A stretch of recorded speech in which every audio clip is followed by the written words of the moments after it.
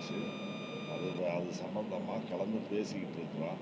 அதில் சில குழப்பங்கள் அந்த காலகட்டத்தில் அவங்க பண்ணதில் வந்தது. அதெல்லாம் நிவர்த்தி செய்யலாம். இவ்வளவு கோடிகளை செய்யல அதை செய்கிறதுக்கான வாய்ப்புகளை தேடிக்கணும் செய்யலாம். சார், இந்த கூட்டுறவுடையர்கள் 2023 வேஜ் ரிவிஷன் சொல்லிட்டு ஒரு ஆர்ப்பாட்டம் பண்ணாங்க. அது சம்பள உயர்வு கோரிக்கையை சொல்லிட்டு 2023 வந்து பண்ணன்னு சொல்லியிருக்காங்க. இது வரைக்கும் அவங்களுக்கு அப்கிரேட் ஆகுன்னு சொல்லியிருக்காங்க. அது எல்லாருக்கும் உரிய காலகட்டத்தில் அவர்களுக்கான சம்பள உயர்வுகள் 5 ஆண்டுகளுக்கு ஒரு முறை செய்யப்படுகின்றது. எல்லாருக்கும் பண்ணியாச்சு கேட்டு பாருங்க சொல்லுவாங்க. இல்லை, அவங்களுக்கு வரலைன்னு சொல்லிட்டு அவங்களுக்கு ஒரு கமிட்டி ஏதாவது போட்டிருக்காங்க. இல்லை சொல்கிறீங்களா, இல்லை வங்கிகளில் கேட்குறீங்களா?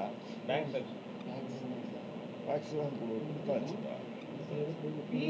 ஆர்பிஐ கண்ட்ரோலில் கொண்டு வர மெஜர்ஸ் ஏதாவது சொல்லியிருக்கீங்களா? அது உங்கள் நிலைப்பாடு? இப்போ அவங்க பார்வையில் தானே இருக்குது. ஆர்பிஐ கண்ட்ரோலில் தான் த்ரூ சென்ட்ரல் பேங்க்கு அவங்க மாற்றணும். சென்ட்ரல் பேங்க் பிஎஸ்சிபியும் அவங்க கண்ட்ரோலில் டைரெக்டாக கொண்டு வரும். அதுக்காக இப்போ முயற்சி பண்ணுறாங்க. மாநில அரசு நிலைப்பாடு? மாநில அரசு நாங்கள் என்ன வங்கி சேவை சிறப்பாக இருக்கும்னு எதிர்பார்க்குறதுல ஒன்றும் இல்லை. ஒன்றிய அரசு கேட்குறதுகளுக்கு இப்போ நம்மை பொறுத்த வரையில் பிற மாநிலங்களை விட நாம் 25 ஆண்டுகள் 30 ஆண்டுகள் முன்னோக்கி நாம் சென்றிருக்கிறோம். அவங்க இப்போ கொண்டுட்டு வர்ற ஒவ்வொரு திட்டமும் நமக்கு பொருந்துவதாக இல்லை. அதற்கான விளக்கங்களையும் ஒன்றிய அரசுக்கு கடிதங்களாக அனுப்பியிருக்கோம். பொருந்துவதாக இல்லை. இது கூட்டுறவு தேர்தல்கள் முடிவடைந்து கூட்டுறவு தேர்தல்கள் முழுமையாக எப்படி உள்ளாட்சி அமைப்புகளுக்கான தேர்தல்கள் ஒரு கட்டமாக இருந்து அப்புறம் 3 கட்டமாச்சோ, ஏன்னா முதல்ல 29 மாவட்டங்களுக்கு நடந்துச்சு புறநகரில், அதுக்கப்புறம் 9 மாவட்டத்துக்கு நடந்துச்சு. அது 3வது கட்டமாக நகர்ப்புறங்களுக்கு நடந்துச்சு. ஆக இப்படி 3 கட்டமாக நடக்கிறதுன்றது நிர்வாகத்துக்கு பெரிய இடையூறாக இருக்குது. அது மாதிரி கூட்டுறவு சங்கங்களில் இன்னும் தேர்ந்தெடுக்கப்பட்ட பிரதிநிதிகளை கொண்ட அமைப்புகள் இன்னும் தொடருது. முழுமையாக எல்லாருடைய பதவிக்காலமும் முடியலை.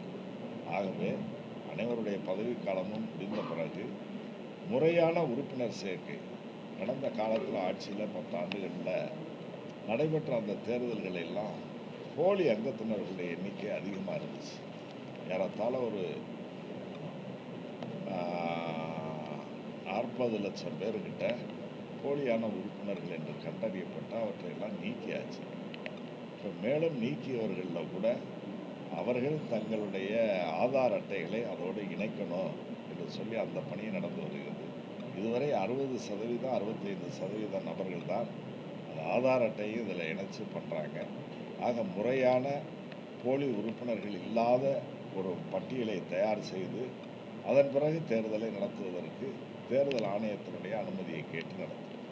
பிஎஸ்சிபியிலலாம் நஷ்டங்கள் ஏற்படும் அளவுக்கு இந்த மிஷின் வாங்குங்க, அந்த மிஷின் வாங்குங்க, அப்புறம் மருந்துகள் அமைங்க அப்படின்னு நிறைய நிர்பந்தங்கள் வருது. அதனால நஷ்டம் ஏற்படும். உதாரணமாக டிராக்டர்ஸ் வாங்க சொல்கிறாங்க, ரோடு அதாவது ஒரு அமைப்புன்னு இருக்கையில், அரசு நிர்வாகம் இருக்கையில் சில வழிகாட்டு நெறிமுறைகள் இல்லாமல் பண்ண முடியாது. தனியார் பண்ணுறத அவங்க எப்படி வேணாலும் பண்ணலாம். ஒரு அரசு நிறுவனம், அரசு துறை சார்ந்தது அப்படிங்கையில் சில கைட்லைன் இருக்கத்தான் செய்யும். சில இதுகள் சரியாக இல்லை அப்படின்னா அதை மாற்றி அமைக்கிறதுக்கு திருத்தப்பட்ட இதுகள்லாம் வரும். முதல்வர் வந்து தொடங்குறாங்க சார், அதில் ஜெனரிக் மெடிசன் மட்டும்தான் விற்கணும்னு ஒரு நாம்ஸ் இருக்குன்னு சொல்கிறாங்க. அப்போ இப்போ ப்ரைவேட் ப்ரிஸ்கிரிப்ஷன்ஸ்லாம் வராது. அப்போ விற்பனை ரொம்ப குறைவாக இருக்குங்க. இல்லை எல்லாம், அதாவது ஜெனரிக் மெடிசனும் விற்கலாம், பிராண்டட் மருந்துகளும் விற்கலாம். அது ஒன்றும் தடை இல்லை. சென்ட்ரல் பேங்க் அதே போல் நான் கிரெடிட் சொசைட்டியில் பார்த்தீங்கன்னா இந்த இதுக்கெல்லாம் பார்த்தீங்கன்னா நிறைய பேர் போனஸ்லாம் இந்த ஆன்லைன் பண்ணிட்டாங்க டைரக்ட். அதனால் எங்களுக்கு இன்னும் நிறைய பேருக்கு பார்த்தீங்கன்னா போனஸ்லாம் கூட கவுண்டப்பாடி சைட்லாம் இன்னும் போனஸே பண்ணியிருக்காங்க ஆன்லைனால. தீபாவளியை கூட யாருக்கும் போனஸே போடாது. தீபாவளி நான் கிரெடிட் சொசைட்டி எந்த காலகட்டத்தில் இல்லாத அளவுக்கு 20% போனஸு உரிய காலத்துக்கு முன்னதாகவே அறிவிக்கப்பட்டது. கேளுங்க, யாருமே எங்கள்கிட்ட எனக்கு போனஸ் வரலன்னு யாரும் கேட்கல. நீங்கள் தான் இப்போ சொல்கிறீங்க. விவசாயிகளுக்கு நயக்கடனில் இது கொடுக்குறீங்க, அதே மாதிரி பொதுமக்களுக்கு ஏன் தரீங்க? பொதுமக்களுக்கு வட்டி வீதம், விவசாயிகளுக்கு வட்டி வீதம் குறையும், ஆனால் பொதுமக்களுக்கு அது கிடைக்கிறது இல்லை. எல்லாரும் விவசாயிகள்னா அவங்களுக்கு சில சலுகைகளை செய்ய வேண்டும் என்பதற்காக விவசாயம் இந்த நாட்டில் செலுத்து வளரணும்.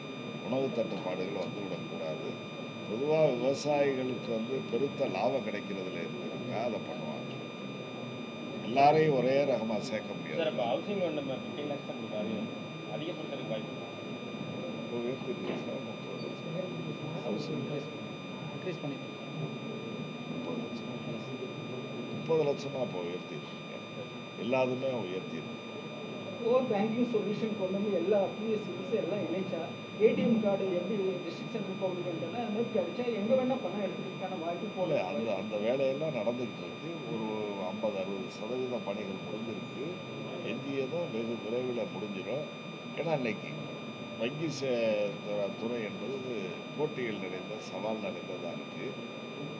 குறிப்பாக இன்றைக்கு தேசியமயமாக்கப்பட்ட வங்கிகள் தனியார் வங்கிகளுக்கு இணையாக நம்முடைய வங்கிகளையும் புதுமைப்படுத்த வேண்டும் என்பதில் புதுமையான திட்டங்களை கொண்டு வர வேண்டும் என்பதில் முனைப்பாக இருக்கிறோம்.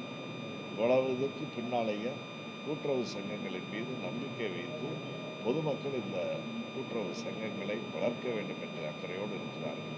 நிச்சயமாக அவர்களுடைய வசதிக்காக, பொதுமக்களுடைய வசதிக்காக எல்லா தேவைகளும் வசதிகளும் தனியார் வங்கிகளுக்கு இணையாக செய்து தரும். மகளிர் உரிமை தொகை வந்து பிஎஸ்சிபியில் வந்து ஆல்ரெடி போட சொல்றாங்கன்னு ஒரு போட சொல்றாங்கல்ல, போடுறாங்க சார். நீங்க எல்லாத்தையும் இப்படி கேள்வியா கேட்டீங்கன்னா என்ன சொல்றது?